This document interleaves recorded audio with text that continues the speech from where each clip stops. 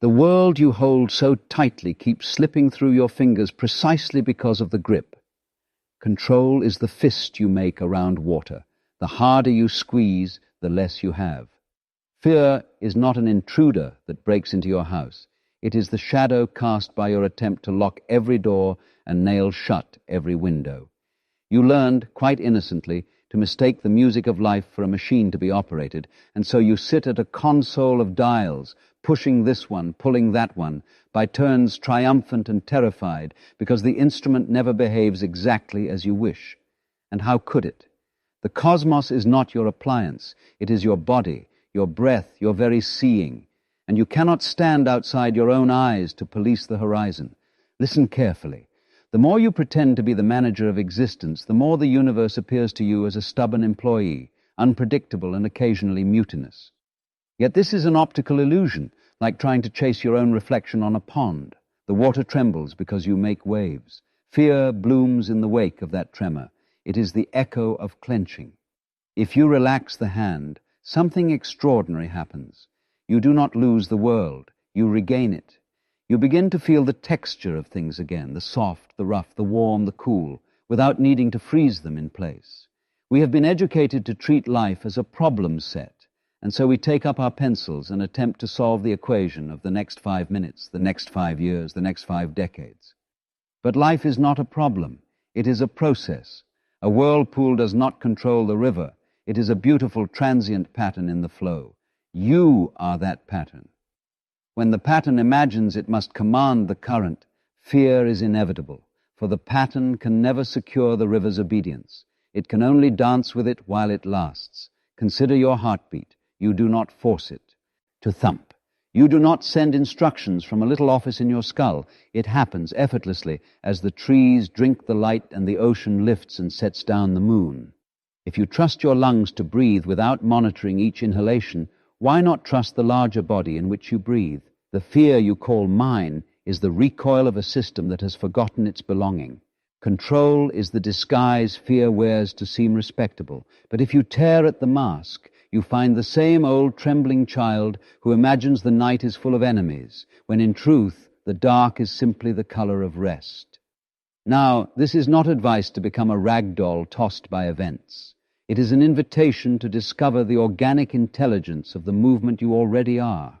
Your attempts at absolute control are like a conductor trying to micromanage every atom of the orchestra.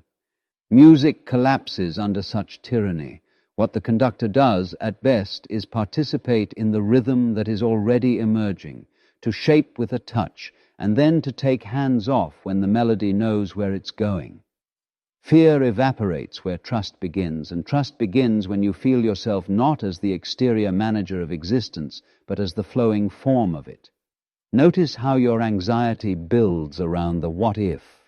What if I fail? What if they leave? What if I grow old and cannot keep this up? All these specters walk out of the same locked room where you keep the myth that life will obey. In reality, life surprises with the same generosity that astonishes a child when the tide brings in a treasure of shells. You cannot schedule the shells. You can only arrive at the shore. So I will tell you a secret hidden in plain sight. The illusion of control is the womb of your fear.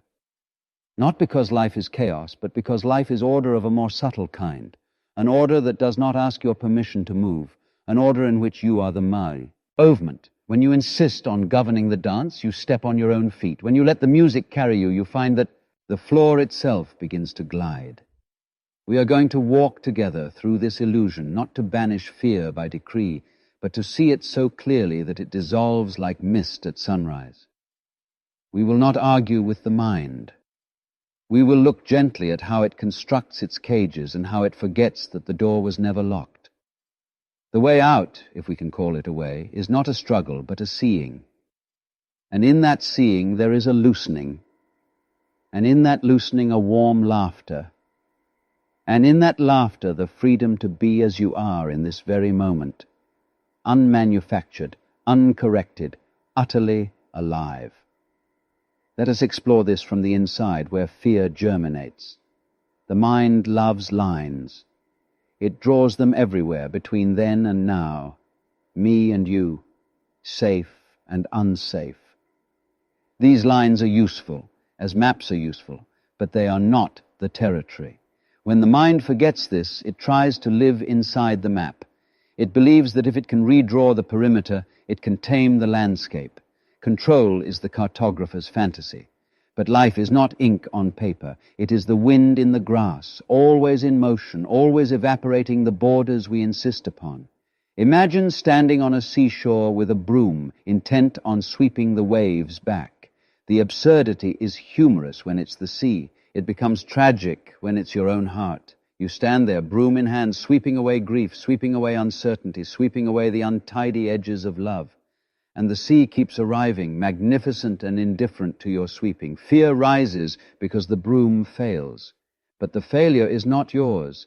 The task itself was invented by a mind that mistakes the ocean for a floor. Very well, you say, but I must make plans. I must work. I must be responsible. Of course, the apparent contradiction dissolves when you see that making a plan can be part of the dance. Plan as you would sketch a wave you admire, knowing the sketch will not bind the water, but may deepen your appreciation of its form. Responsibility becomes fearful only when it is confused with omnipotence. You are responsible for this brushstroke. You are not responsible for the entire canvas of weather and time. Fear fastens itself to outcomes. If I do X, Y must happen, and if Y does not happen, I am in danger. But outcomes belong to a network so vast of people, seasons, histories, that to take them on as personal obligations is to assume a kind of cosmic bookkeeping you are not equipped to keep. What you can do beautifully and fully is meet this moment with your whole attention. That is quite enough. When attention ripens, action comes not as a panic but as a clarity, the way a hawk knows when to angle its wing. Consider the paradox of the tightrope walker. Balance is never achieved by freezing. It is a dance of micro-adjustments, a perpetual yielding to the line beneath the feet and the air that nudges the body. If the walker insists on locking muscles and fixing posture, down they go. The artistry of balance is the artistry of responsiveness. In your life, the rope is uncertainty, and the air is change. Fear demands guarantees. Responsiveness lives by direct contact. The illusion of control seduces you into rigidity. The reality of participation invites suppleness. There is a story told in the fibers of your nervous system, not in words but in tensions. You brace against the future as if it were a blow. Shoulders creep upward, jaw clenches, breath becomes shallow. This is the body's way of joining the fantasy of control. If I tighten enough, nothing bad can enter. But life does not negotiate with bracelets of muscle. Instead, it whispers in the lungs, loosen here. It whispers in the belly, soften. The moment you allow one breath to be fully itself, you find that the world, too, is taking a breath through you. Fear can coexist with that openness, but it cannot rule it. Notice also how fear borrows the voice of I. It says, I am afraid, yet observe closely. And you will find fear is a sensation and a thought, waves again, appearing in awareness. Awareness itself is not afraid. It is like the sky that permits all weather without needing an umbrella. Control arises when the weather pretends to be the sky. This subtle confusion creates the drama. The cloud shouts, I must command the winds. But the sky smiles because it knows there is no gap to bridge. You are awareness. Already open, already vast. In that recognition, fear loses its costume and reveals itself as energy passing through. Some say, if I let go of control, won't I become passive? Only if letting go is performed as another strategy of control. Surrender is not defeat. It is the recognition that you were never separate.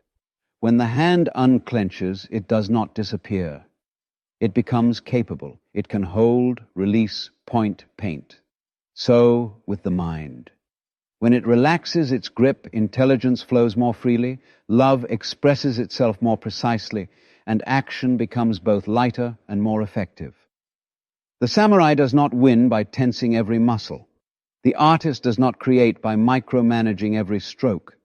They discover the form that wants to appear and collaborate with it. The deeper truth is that control and fear are twins born of the same misunderstanding, that you are outside of life trying to get in. From that vantage, everything looks risky. But when you discover that you are inside from the start, that you are in fact the inside, risk becomes play. The lion cub tumbles, teeth and paws and laughter, not because it has a certificate guaranteeing its safety, but because the tumbling is its nature. The universe is tumbling through you as laughter and tears, triumphs and losses, and then more laughter. To see this is not an intellectual trick. It is the quiet realization that dawns when you stop arguing with what already is. You do not need to paste a new ideology over the old one. You need only to listen to the hum of this moment without asking it to be different. It hums whether you approve or not. It hums when you are asleep and when you are awake. It hums as your thoughts compose essays about control. The hum does not require your consent. It is the music you return to when the conductor's baton finally falls from your hand, and you notice, perhaps with wonder, that the orchestra has been playing all along. Let us make the philosophy practical. For a truth that cannot be lived is only a decoration for the mind. Begin with this simple practice. Feel the next exhalation as if it were the entire world coming home. No fanfare, no technique, just the intimacy of breath leaving the body, its warmth, its texture, its surprising willingness to disappear. Right there in the ease of letting go, you learn the art the trees teach every autumn. Release is not a loss, but a return to root. Fear loosens when the body is permitted to trust this cycle, taking in, letting out, without management. Now carry this feeling into your daily movements. You are writing an email, washing a dish, entering a room. Make contact with the sensation of the hands, the temperature of the air, the sound behind the sound. The mind says, hurry, we must control the outcome. But attention replies, be here, and action will reveal itself. You will notice a reduction in the desperate flurry that usually accompanies work. Paradoxically, efficiency improves when urgency relaxes its jaw. This is not laziness. It is precision, born of presence. In relationships, the illusion of control can be particularly seductive. You want your partner, your friend, your child to behave in accordance with your script, because their unpredictability ruffles the safety of your narrative. But love is not a contract with fate. It is a meeting of mysteries. You can't choreograph another person as becoming without shrinking them to fit your fear. Instead, practice the art of accurate seeing. Who is this being now? What is the honest response now? Love in this manner is not weak. It is fierce in its honesty and gentle in its touch. It says, I will not imprison you with my projections, and I will not imprison myself with yours. When anxiety about the future arrives, do not debate it. Offer it a chair. Say, sit here in the sunlight of attention. Then feel where it vibrates in the body. Is it the stomach, the throat, the scalp?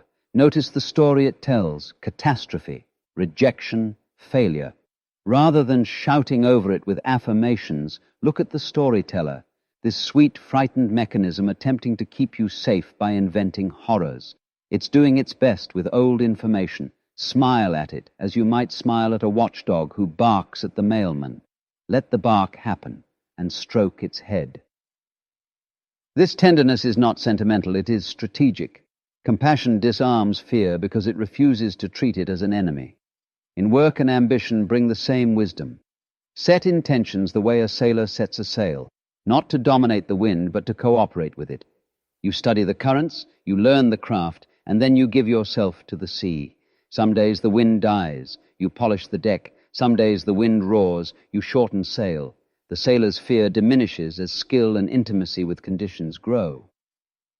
You do not need to erase desire, you need to refine participation. Then achievement is no longer a narcissistic proof of control, but an expression of relationship between your gifts and the world that receives them. When illness or loss visits, the illusion of control most starkly unravels. It is here that the mind either panics or awakens. To awaken is to bow, not as a performance of spirituality, but as a physiological recognition that you are meeting something larger than your push. Bowing returns agency to a more spacious intelligence. You still ask the necessary questions, which treatments, whom do I call, but you ask from the G round of I am in life, not I must conquer life. Grief is allowed to pass through. Strangely, in that permission, love becomes clearer, more precise, more radiant. Fear feeds on refusal. Love feeds on acceptance. Every day contains ceremonies that weaken the regime of control. Watching light shift across a wall, hearing the kettle begin to sing, feeling the animal of the body stretch after long sitting. If you honor these micro-rituals, they accumulate into a quiet confidence that life is fundamentally trustworthy. Not guaranteed, but trustworthy, the way a river is trustworthy to be a river. This trust is not naivete. It is an earned intimacy with reality. It says, I will meet what comes. I will let go of what goes. Another practice, speak truthfully, one sentence at a time. Control thrives in pretense. Fear loves masks because masks require constant management. But a simple sentence, I don't know, is a doorway out of the maze. I feel hurt. I need rest. I can help with this, but not with that. Such statements appear risky, but they liberate the energy previously spent on maintaining the fiction of control. Honesty is not only moral, it is efficient. It returns you to alignment with what is, and action from alignment feels strangely fearless, not because danger vanishes, but because you are no longer divided against yourself. Finally, cultivate play. Play is not a reward for control well executed. It is the native language of existence. Watch how children explore a room, curious, unprogrammed, making rules only to remake them 3 minutes later. In play, you rehearse the truth that you do not need a predetermined outcome to feel alive. You need only engagement. Fear finds little purchase when you are deeply engaged. It requires a gap, a corridor between here and imagined later. Fill the corridor with presence, and the echo of dread fades into the sound of your laughter moving through space. We arrive now at the heart of the matter, the transformation that occurs when you see through the story of the separate controller. The ego is not an enemy to be slain. It is a function to be understood. It is a name tag, a practical convenience, the way a wave has a crest. Fear inflates the name tag to a suit of armor, heavy and inflexible. Awakening is not the destruction of the crest. It is the realization that the crest is water. You needn't throw the wave away. You need only feel through it into its nature. Then the armor falls off by itself, having nowhere to fasten. When you look inward for the I who controls, you find thoughts, sensations, feelings, but no manager sitting at a desk. There is coordination, certainly, as there is in a forest where each tree drinks and offers shade and exhales what another inhales. But there is no central foreman shouting orders. The intelligence is distributed. Life is selfing and unselving all the time. To glimpse this is to experience a softening of the brow, a relaxation at the base of the skull, a subtle happiness without cause. This is peace not because circumstances obey, but because the obedience you demanded is revealed as unnecessary. Spiritual freedom is not an escape hatch from the human condition. It is a lucid participation in it. You still pay the bills, mend the fence, console a friend, face the diagnosis, cradle the child at 3 a.m. Only now, the doing is suffused with the sense of being done, by, with, and as the whole. The compulsion to secure an imaginary future grows quieter. You have discovered a deeper security that whatever happens is met by what you are. The meeting is the meaning. And from that meeting, love overflows not as sentiment but as precise responsiveness. Meaning of life, the phrase trembles with ambition, yet meaning reveals itself when you stop trying to impose it and allow it to emerge the way fragrance emerges from a flower, naturally, invisibly, undeniably. When the Vindius, mind stops engraving slogans onto the sky itself becomes enough. To live authentically is to let this enoughness guide your choices. You say yes where your whole being brightens, no where it dims. You rest when rest calls you, act when action moves through you, like a river finally released by melting ice. As the illusion of control fades, fear shifts from tyrant to messenger. It may still arrive, as weather arrives, but you no longer build shelters that become prisons. You feel the wind, you add a shawl, you step into sun. You speak when silence would betray your heart. You are silent when speech would betray your intuition. Growth becomes less a staircase you climb and more a tide you trust. Sometimes it recedes. That, too, is the sea taking a breath. I invite you now into a brief stillness, a meditative closing that is not an ending but a door slightly ajar. Place attention as if it were a hand upon the breath, not to hold it, only to touch. Notice the inhale arrive unannounced, the exhale depart without asking permission. Feel how life is breathing you. There is no controller here, only cooperation. With the next breath, soften the space behind the eyes. With the next, soften the hinge of the jaw. With the next, soften the base of the spine. You are not making this happen. You are allowing what wants to happen to be felt. Now picture a fist in the center of the chest. Not a real fist, but the posture of defense you have practiced for years. See it clearly. Thank it for its service. It kept watch at the gate. And then, just as an opening flower does not argue itself into bloom, imagine that fist unclenching. Petal by petal, warmth rises, space enters. You are not forcing anything. You are witnessing the body remember its original trust. Fear may knock. Let it knock. Behind the door is the room in which knocking happens. You are that room.